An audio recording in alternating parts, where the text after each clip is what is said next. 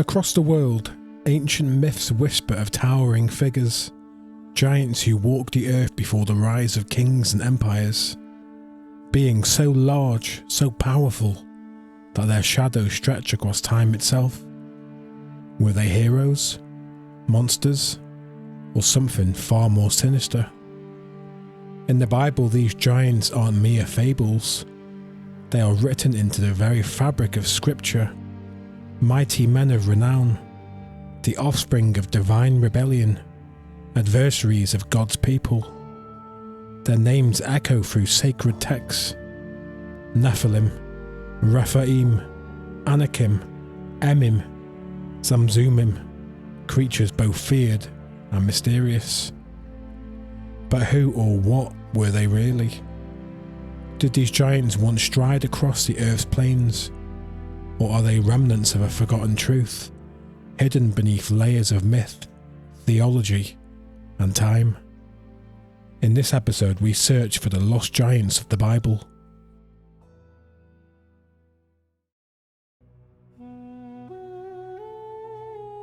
The earliest biblical giants are the Nephilim, introduced in Genesis chapter 6. There were giants on earth in those days, and also afterward, when the sons of God came into the daughters of men, and they bore children to them. Genesis chapter 6 verse 4. The Hebrew term Nephilim is often translated giants, but its root meaning is fallen ones. The ancient Greek Septuagint renders both Nephilim and mighty men in this verse as gigantes, showing that early interpreters understood them as giant beings. These Nephilim are described as the mighty men who were of old, the men of renown, indicating they were legendary heroes of antiquity. Despite the seemingly positive epithet, men of renown, their origin was ominous, born from the union of the sons of God, interpreted by many as divine or angelic beings, with human women. This transgression and the violence of their offspring helped set the stage for the Great Flood, which we will discuss later. The Nephilim are explicitly mentioned only once more in the Torah, but their legacy persisted in later Israelite memory.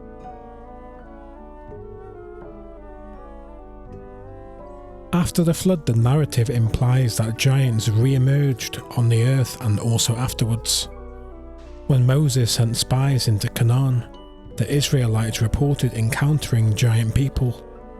All the people that we saw in it are of great height, and we saw the Nephilim, the sons of Enoch who came from the Nephilim, and we seemed to ourselves like grasshoppers. The Anakim, the sons of Enoch, were a Canaanite clan noted for their exceptional size. The name Anakim likely stems from Anak, their forebear, and may relate to the Hebrew word for necklace or neck, possibly implying long-necked or tall people. These Anakim are repeatedly described as giant warriors.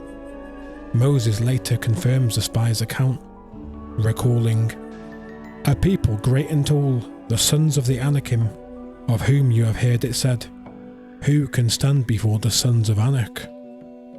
Several other giant groups in the Bible appear to be related to the Anakim. The umbrella term often used for these people is Rephaim. In some context, Rephaim refers to departed spirits or shades of the dead, but in the historical narratives it denotes an ancient race of giants. Deuteronomy explains that different nations had their own names for the Rephaim. The Emites used to live there, a people as tall as the Anakim. They were also counted as Rephaim as the Anakim are, but the Moabites called them Emim. The land of Ammon is also considered a land of Rephaim. Rephaim formerly lived there, but the Ammonites called them Zamzumim, a people great and many, and tall as the Anakim. Emim in Hebrew means terrors or fearsome ones, reflecting how fearsome they appeared. Zamzumim, also called Zuzim in Genesis chapter 14 verse 5, may derive from a root meaning to devise, or a buzzing sound. One translation is plotters, but in many cases the Bible identifies them as another tribe of giants. All these groups were considered Rephaim. As Deuteronomy notes, the Rephaim were as tall as the Anakim. Most of these giant clans had been defeated and driven out before Israel's arrival. For example, the Moabites had earlier conquered the Emim, and the Ammonites had displaced the Zamzumim, with God destroying these giants to make room for those nations. By the time of Israel's conquest, the Anakim remained the primary giants in Canaan, especially in the hill country around Hebron and in the Philistine cities.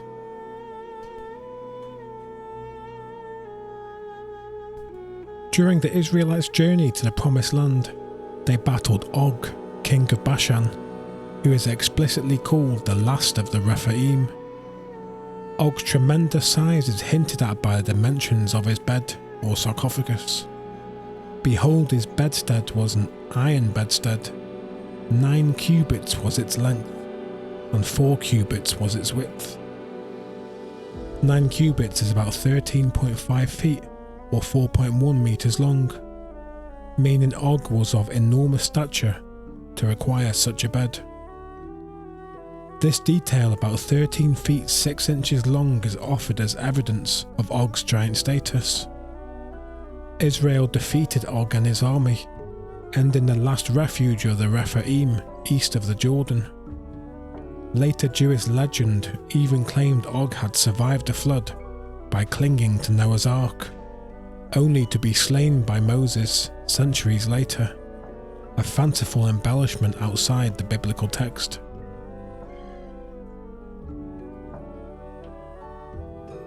The Bible's most famous giant is Goliath of Gath, a champion named Goliath of Gath whose height was 6 cubits and a span. 6 cubits and a span is roughly 9 foot 9 inches, nearly 3 meters tall. He wore a coat of bronze mail weighing 5,000 shekels, which would be about 125 pounds or 57 kilograms, and carried a massive spear. Goliath's size and weaponry made him the very image of an invincible giant. Notably, Gath was one of the Philistine cities where remnants of the Anakim had survived, suggesting Goliath and his kin were descendants of those ancient giants. David's victory over Goliath thus symbolically completed Joshua's earlier wars against the Anakim. Goliath was not the only giant in Philistia. The Bible records that David and his men eventually defeated other giants from Gath, sometimes called the descendants of Rapha, meaning Rephaim. Among these were Ishbi-Benob, Saph, or Sippai, Lami, described as Goliath's brother, and an unnamed giant with 6 fingers on each hand and 6 toes on each foot. This polydactyl giant, a man of great stature, with 24 digits, was slain by David's nephew. Such details emphasize the extraordinary physique of these warriors. By the end of David's reign, these last giants were killed in combat, finally ending the era of giant antagonists in Israel's story.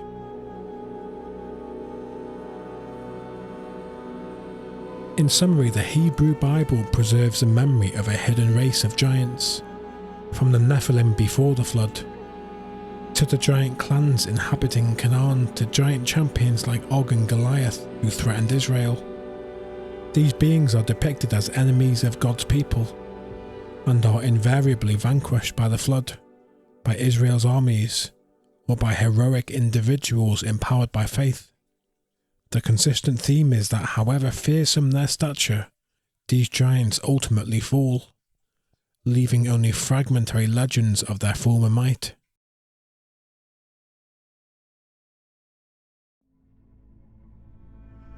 Outside the canonical Bible, ancient texts like 1st Enoch expand upon the origins and fates of these giants. The Book of Enoch, part of the pseudepigrapha, revered in some Jewish and early Christian circles, contains a section known as the Book of the Watchers, the 1st Enoch, chapters 1 through 36. which offers a detailed narrative linking the giants to a group of angelic beings called the Watchers. This account explicitly connects the cryptic Genesis story of the sons of God and Nephilim. In Enoch's telling, a cadre of 200 angels, sons of heaven, led by Shemhaza, lusted after human women in the days before the flood. These angels swore an oath together on Mount Hermon to carry out their plan, fully aware it was a grievous sin. As 1 Enoch chapter 6 verses 3-4 relates, Shemhaza, who was their leader, said to them, "I fear that you may not wish this deed to be done, and I alone will pay for this great sin."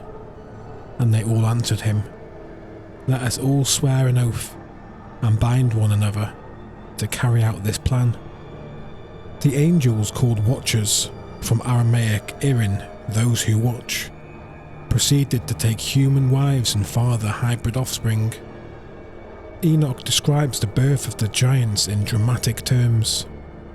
"And the women became pregnant and bore great giants, whose height was 3,000 cubits. These giants devoured all the toil of men, until men were unable to sustain them. And the giants turned against mankind, in order to devour men. And they began to sin against birds and beasts, and reptiles and fish. And they devoured one another's flesh, and drank the blood." In this vivid depiction, the Nephilim are not merely tall men, but monstrous demigods, gargantuan in size. 3,000 cubits is an impossible height of over 4,000 feet, surely an exaggeration to convey enormity, voracious and violent. They ravage the earth, consuming livestock, wildlife, and ultimately people, even resorting to cannibalism. The cry of humanity and the corruption of creation reach heaven, triggering divine intervention. Enoch's account adds that the Watchers' transgression went beyond sexual sins. These fallen angels also taught forbidden knowledge to humanity, accelerating evil. One Watcher leader, Azazel or Azazel, taught men to make swords, daggers, shields and breastplates, and showed them the art of making up the eyes and all kinds of coloured dyes. In other words, Azazel introduced warfare and seduction through cosmetics, weapons and makeup, which changed the world and led humans into violence and immorality. Other Watchers taught charms, enchantments, and cutting of roots for potions and medicines. In Enoch's storytelling, many arts of civilization that ancient cultures often credited to gods or heroes, like weaponsmithing, cosmetic, and magic, are recast as corrupt teachings of rebel angels. The result of these illicit revelations was an explosion of sin and bloodshed on earth. Ultimately, God responds by punishing the Watchers and their giant progeny. The archangels Michael, Uriel, Raphael, and Gabriel are sent to bind the Watchers and incite the giants to destroy each other in battle. Enoch explains that the giants, deprived of divine sustenance, turned on one another, and then the flood was sent to wipe out the remaining Nephilim. The Watchers themselves, being immortal spirits, were not killed, but were imprisoned in the depths of the earth, in the darkness until final judgment. 1 Enoch 10 and 15 describe how the Watchers are bound in chains in caves and punished, paralleling the New Testament allusion to imprisoned angels. Meanwhile, the souls of the dead giants, being half angelic, could not ascend to heaven. They remained on earth as wandering evil spirits, essentially the origin of demons. The giants who are born from spirits and flesh will be called evil spirits upon the earth. Evil spirits came out from their bodies, and these spirits will afflict, oppress, destroy, and cause trouble on earth. Thus Enoch presents the Nephilim not only as a historical threat, but as a source of ongoing demonic evil in the world. In summary, the Book of Enoch gives a theological backstory to the terse Genesis chapter 6, verses 1-4 passage. It portrays the Watchers as heavenly beings whose lust and pride led to the corruption of mankind. Their giant offspring's rampage is halted by the flood, and the spirits of those Nephilim continue to plague humanity as demons. This elaborate mythos profoundly influenced later Jewish thought.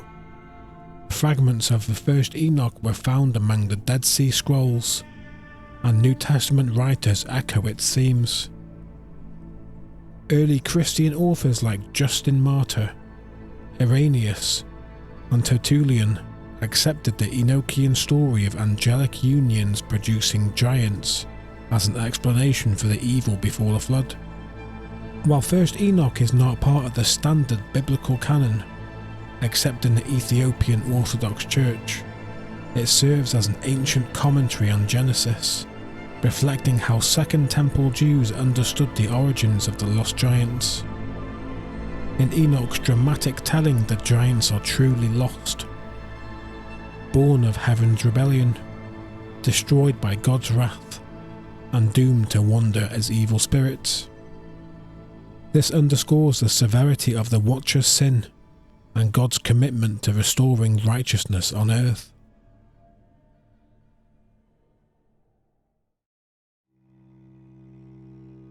The Great Flood is, in biblical narrative, God's drastic solution to humanity's wickedness in the pre-flood world. One prominent interpretation, rooted in the texts we've examined, is that the flood was provoked by the evils associated with the Nephilim and their angelic fathers. In Genesis, immediately after the brief account of the sons of God and Nephilim, the text says, "The Lord saw that the wickedness of man was great in the earth. And the Lord said, I will blot out man whom I have created from the face of the ground." Although the Nephilim are not explicitly blamed in the Masoretic text, the juxtaposition suggests a connection. Ancient readers certainly made one. The notion that the Nephilim's presence and the corruption introduced by the fallen angels caused the flood was widely held in Jewish tradition. The Book of Enoch, as I previously explained, is explicit. The final result of all this illicit angelic intervention is the flood, to rid the world of corruption. Rabbinic commentators likewise taught that these giants led a most shameful life, thus causing God to send a flood. In this view, the flood is essentially a divine purge of the Nephilim's violence and the human depravity that had spiraled out of control in that era. Some biblical scholars note that Genesis itself stops short of directly condemning the Nephilim. In fact, it calls them mighty men of old, men of renown, without an overt negative comment. One modern analysis even argues that Genesis chapter 4 verse 4 presents nothing but praise for the Nephilim and no criticism is present, and that their name fallen ones might refer to their heavenly origin rather than moral fall. According to this view, the cause of the flood is simply human wickedness in general, not specifically the giants. For example, theologian Ellen White, writing for the Biblical Archaeology Society, points out that the text transitions to God's judgment without explicitly blaming the Nephilim, implying the giants were a symptom of the age, but not necessarily the target of divine wrath. This interpretation sees the Nephilim narrative as an etiological aside, explaining the ancient heroes, while the true reason for the flood is the broad violence and corruption of humanity. Indeed, Genesis 6:12 says all flesh had corrupted their way on earth, implying universal evil, not just the half-angelic beings. Nevertheless, the dominant traditional interpretation, Jewish and Christian, has been that the flood served to cleanse the earth of the Nephilim's influence. The Genesis text says Noah was blameless in his generations, which some take to mean his lineage was pure and untainted by the Nephilim bloodline. Noah's family thus served as a new beginning for humankind, while the Nephilim perished.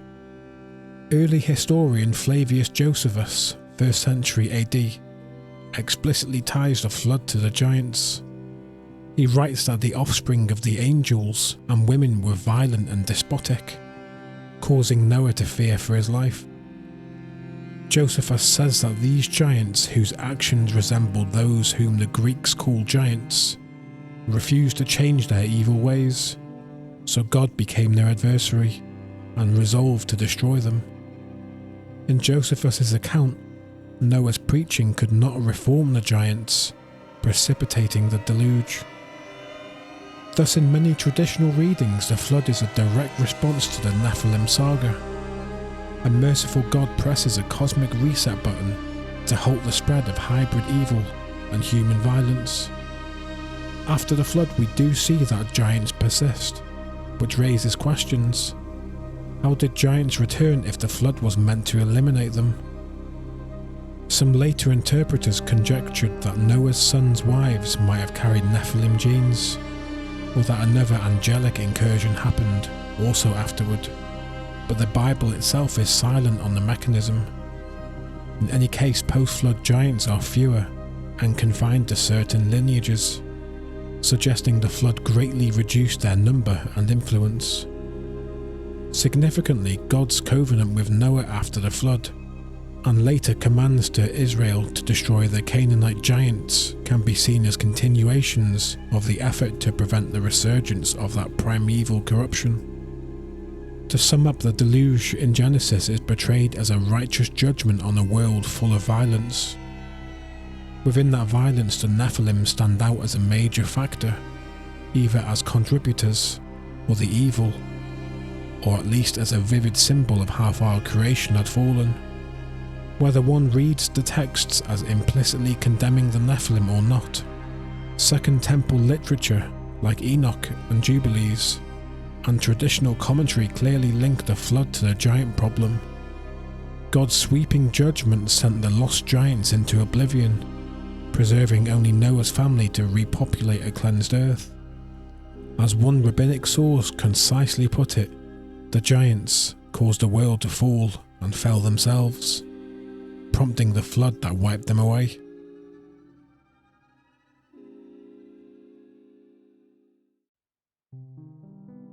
Throughout history, the enigmatic accounts of biblical giants have given rise to diverse interpretations. Scholars, theologians, and folklore traditions have grappled with the question, who exactly were these giants? How literally should we take these stories? Below we will explore key interpretations and theories. The oldest interpretation on record, found in ancient Jewish texts, the New Testament, and early Christian writers, is that the giants were literal beings of enormous stature, the hybrid offspring of angels and humans. The view takes Genesis 6 at face value with sons of God as heavenly angels. As I mentioned, the Book of Enoch and related literature richly developed this interpretation, calling the angels watchers and naming their giant progeny Nephilim. The giants in this view are half divine, half mortal creatures, an idea that parallels other ancient mythologies. Jewish exegetes and church fathers accepted this understanding. For example, Josephus refers to many of God's angels cohabiting with women and producing sons who were arrogant and unjust, resembling the giants of Greek lore. Justin Martyr and Tertullian likewise taught that the fallen angels fathered literal giants who wrought havoc on earth. The New Testament Book of Jude alludes to this tradition, speaking of angels that did not keep their own position and are now bound in darkness. In this literal hybrid view, Goliath and his fellow giants are seen as remnants or re-emergences of that demigod race. Their extraordinary height, such as Goliath's nearly 10-foot stature, is taken at face value. Ancient people certainly believed men of such size existed, even outside of Israel. Egyptian records and other cultures spoke of giant warriors in Canaan. The angelic offspring interpretation emphasizes the spiritual evil behind the giants. They were not merely tall humans, but the spawn of rebellious angels, and thus inherently opposed to God's order. This made them prime targets for destruction by the flood, and later by Israel's armies. Many traditional narratives build on this, painting the giants as gargantuan cannibalistic tyrants, effectively an existential threat to humanity that God had to stamp out. In summary, the literal view treats the giants of Scripture as real superhuman creatures resulting from angelic sin, aligning with the straightforward reading of the biblical text and the widespread constant opinion of antiquity on the matter.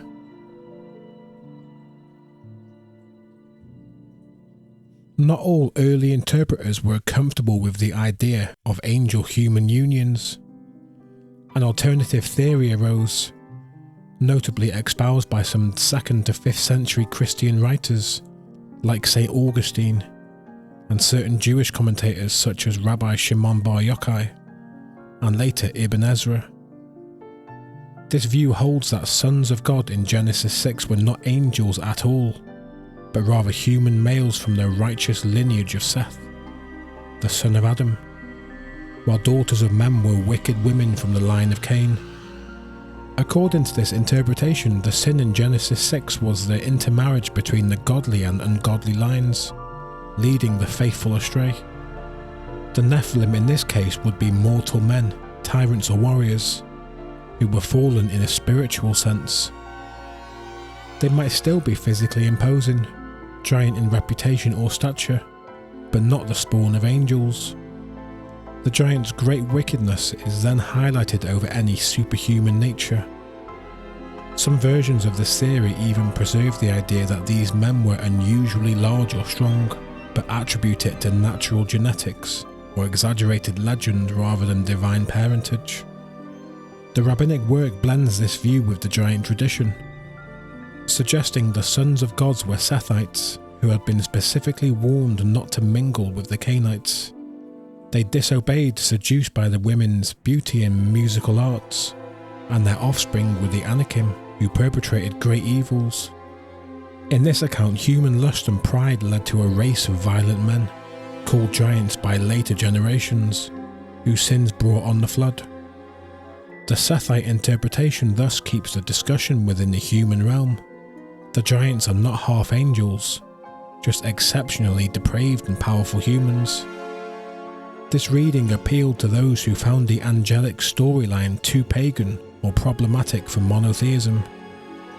It also fits with the broader biblical theme of believers being corrupted by intermarriage with sinners. However, critics of the Sethite view note that it struggles to explain why ordinary human marriages would produce giants, or why the term sons of God, typically used of heavenly beings in the Old Testament, would refer to Seth's lineage. Despite such critiques, the Sethite theory became the mainstream explanation in much of later Christian tradition, downplaying the supernatural elements of the giant tales.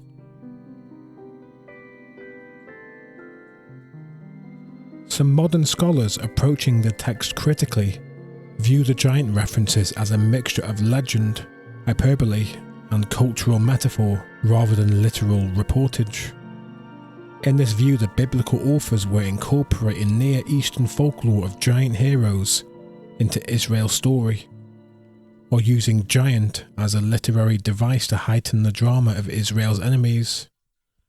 For instance, when the spies say, "We seemed like grasshoppers next to the Anakim," this could be an exaggeration born of fear, meant to stress how intimidating the Canaanites appeared.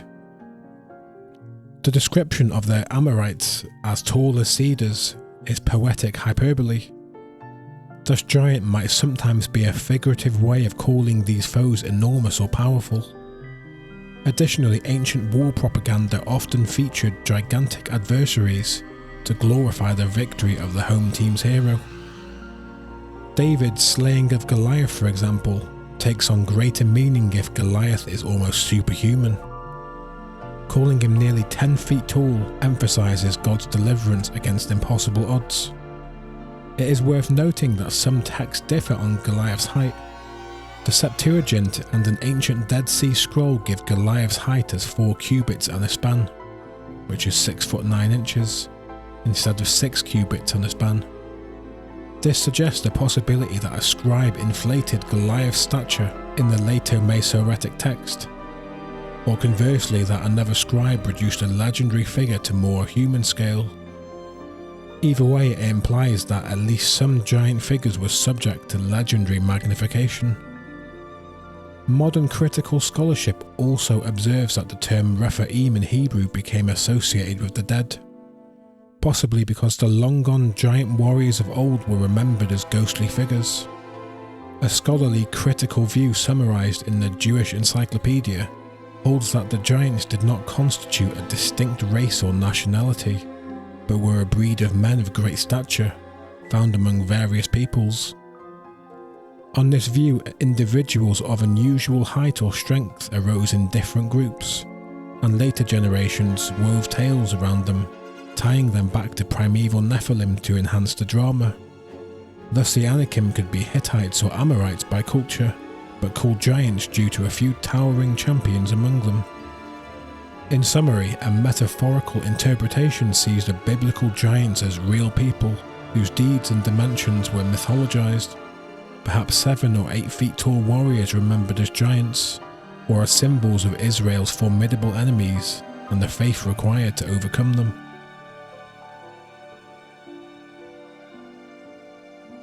The biblical giant narratives do not exist in a vacuum.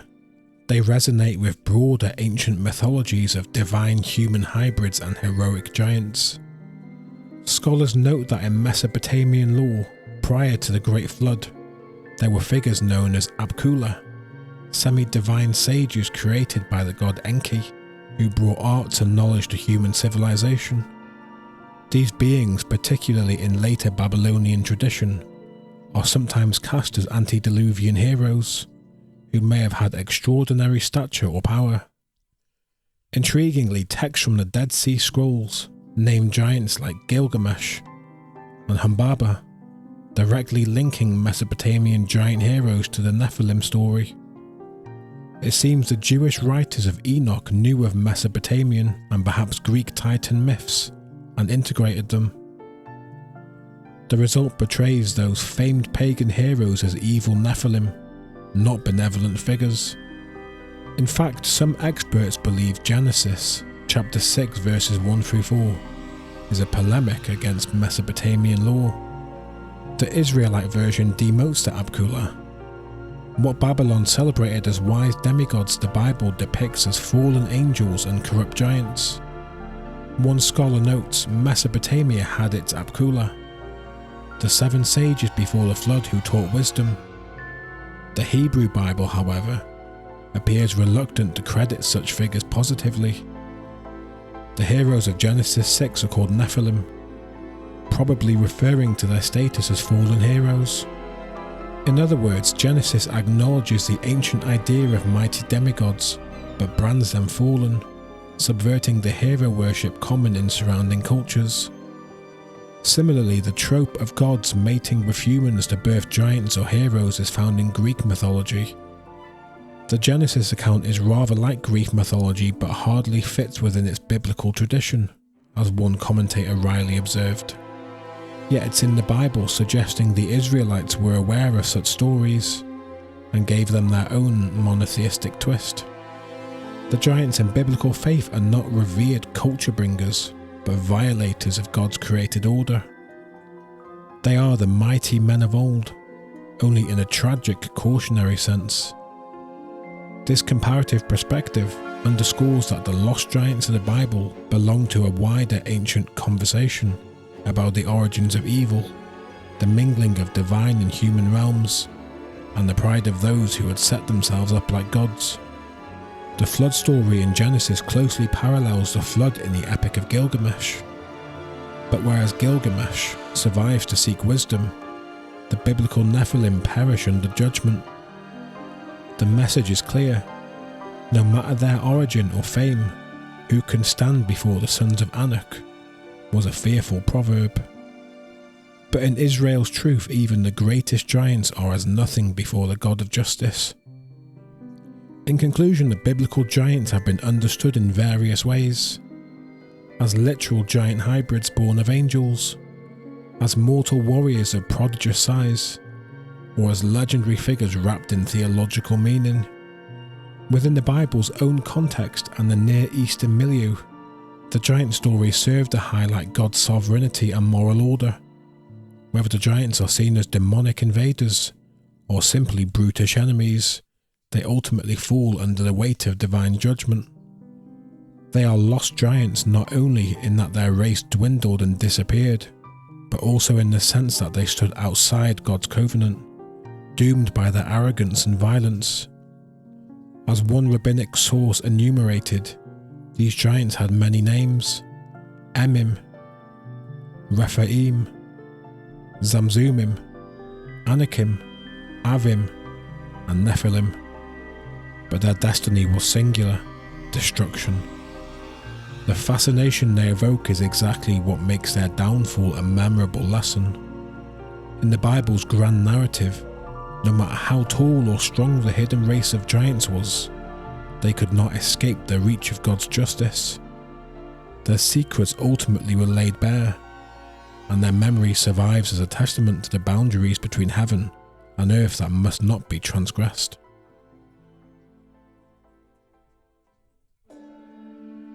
From the Nephilim of Genesis to the Anakim of Canaan, the giants of the Bible stand like shadows at the edge of history, half remembered, half feared. Were they the spawn of angels, the echoes of an ancient race, or the warnings of a world wiped clean? One thing is certain: the giants were not forgotten. Whispers of their bones, their towering remains still haunt our world today.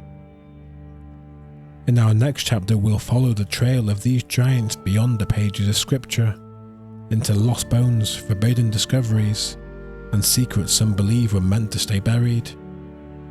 The search for the lost giants has only just begun. If you enjoyed this journey into the shadows of ancient history, leave a comment below. What do you think the giants were? Myth, metaphor, or something much more real? Until next time, keep questioning everything.